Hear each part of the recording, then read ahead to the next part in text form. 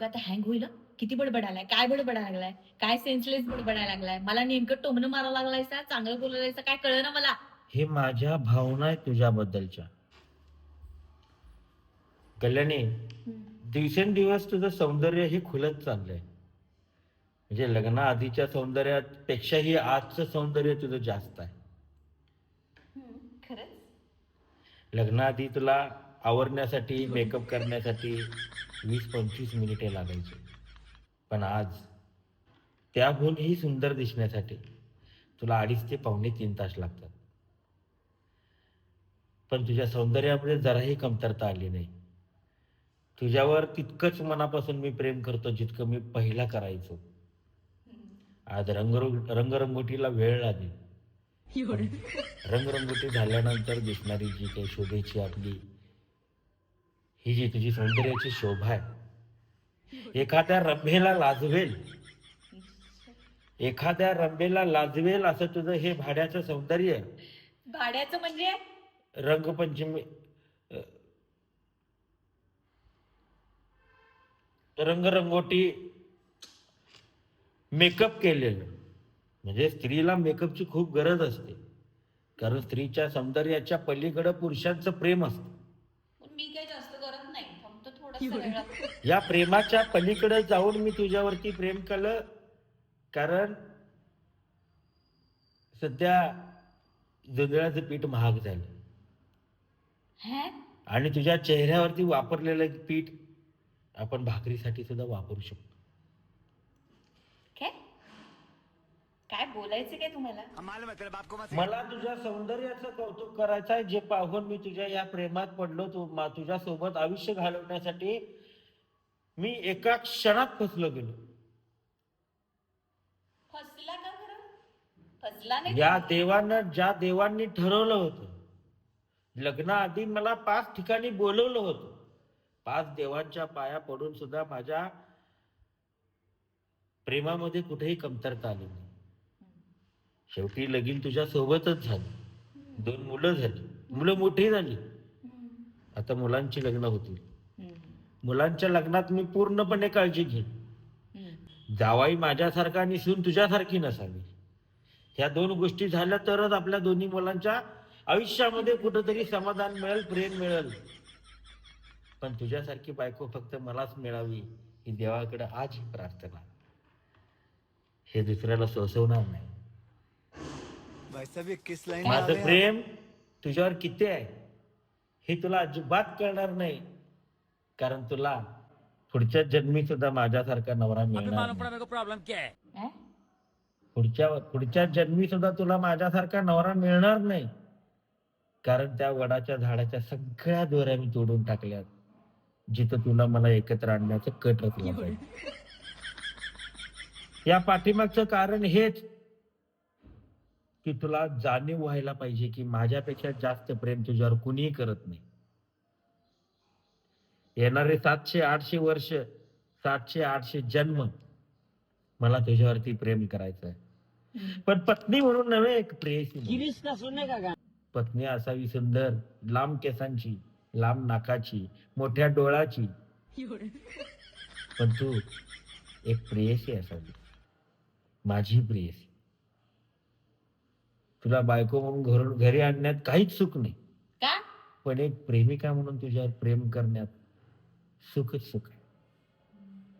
मला कळत नाही आहे तुला कळतंय का नाही, गाडी वळतंय का नाही, पण मला एक कळतंय की जिथं मार्ग दिसेल तिथं माझे पाय पडतात, कारण मला तुझ्यापासून दूर राहायचं असतं. दूर अशा कारणासाठी राहायचं असतं कारण माझीच नजर तुला लागू नये. मला तुला माहेरी पाठवायचं असतं. मला तुला माहेरी या कारणासाठी पाठवायचं असतं कारण तुझ्या आई वडिलांवरती तुला प्रेम करण्याची पुन्हा संधी मिळावं, त्यांची सेवा करण्याची तुला संधी मिळावी.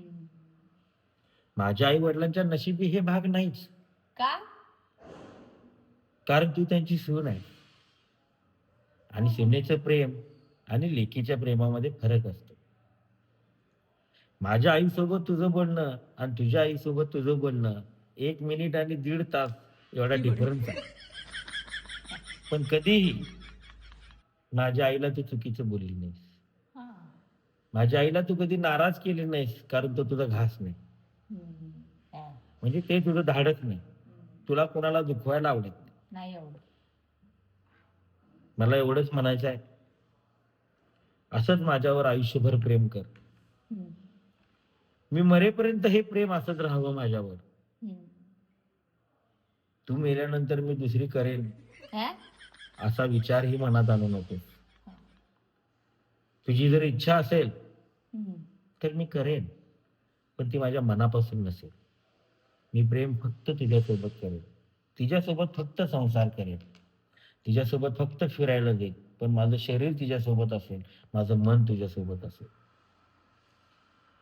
माझ्या मनाला लागलेले हे कित्येक तुझे पत्र, जे लग्नाआधी आपण पत्राद्वारे एकमेकावर प्रेम करायचं, तेव्हा मला वाटायचं की ही माझ्या आयुष्यात असावी.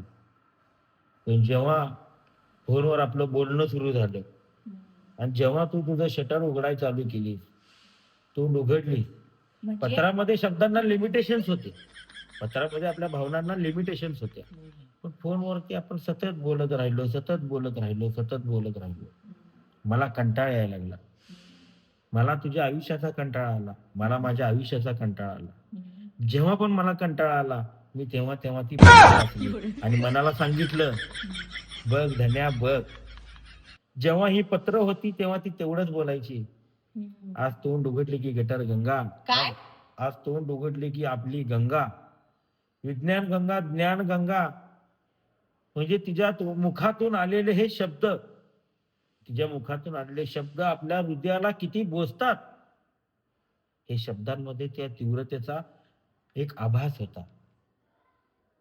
म्हणून मी सांगतो, फोनवरती गप्पा मारण्यापेक्षा तुम्ही तुमच्या प्रेयसीला, तुम्ही तुमच्या बायकोला पत्रांद्वारे प्रेम करा. पत्रामधल्या भावना खूप कळतात, पत्रामध्ये प्रेम उफाळून येतं. आपल्या बायकोच्या चेहऱ्यावरती आनंद एक एवढ्या मोठ्या प्रमाणामध्ये जातं की त्या आनंद तिचा गगनात मावत नाही. मग शेवटी यमाला सुद्धा वाटतं गगनात हिचा आनंद मावेना, मग गगनात हिला बोलवून घेऊ का. म्हणजे यमाला सुद्धा प्रश्न पडतो, इतकं प्रेम करणाऱ्या एका मुलीवर, म्हणजे हा नवरा आपल्या बायकोवरती इतकं प्रेम करतो, मी तिला गगनामध्ये कसं बोलू, हे जग सोडून मी तिला कसं बोलू, हा कसा जगेल. काळजी नसावी यमा, असे दोन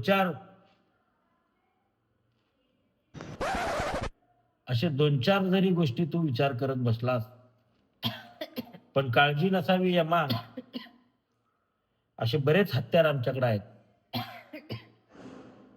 तुला खोकला लागला आहेस ना, अशीच माझ्या सोबत राहा, खोकत खोकत एकदम.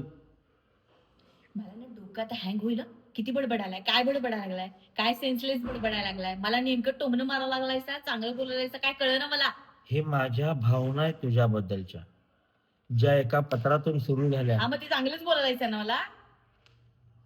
कमेंट करून सांगा, मी बोललो ते सत्य होतं. नक्की सांगा, ह्या माणसाला बडवायचं का काय करायचं हे जरा विचार करायला. चांगलं बोललास ना. तेरी इसी अदा पे सनम मुझको तो कंटाळा आया. काय झालं, काय कंटाळा आला तुझ्या ह्या अदाकारीचा मला. मग तुझं पहिल्याच ते लाजणं, तुझं पहिल्याच ते बोलणं, अगं ते ठेव ना. हा ना, मग तसं तुम्ही पण वागा ना, घ्या ना मला कुठंतरी. लॉंग ड्राईव्ह ले चल लॉंग ड्राईव्ह ले चल, छपरी लॉंग ड्राईव्ह ले चल. तुझ्या इश्काचा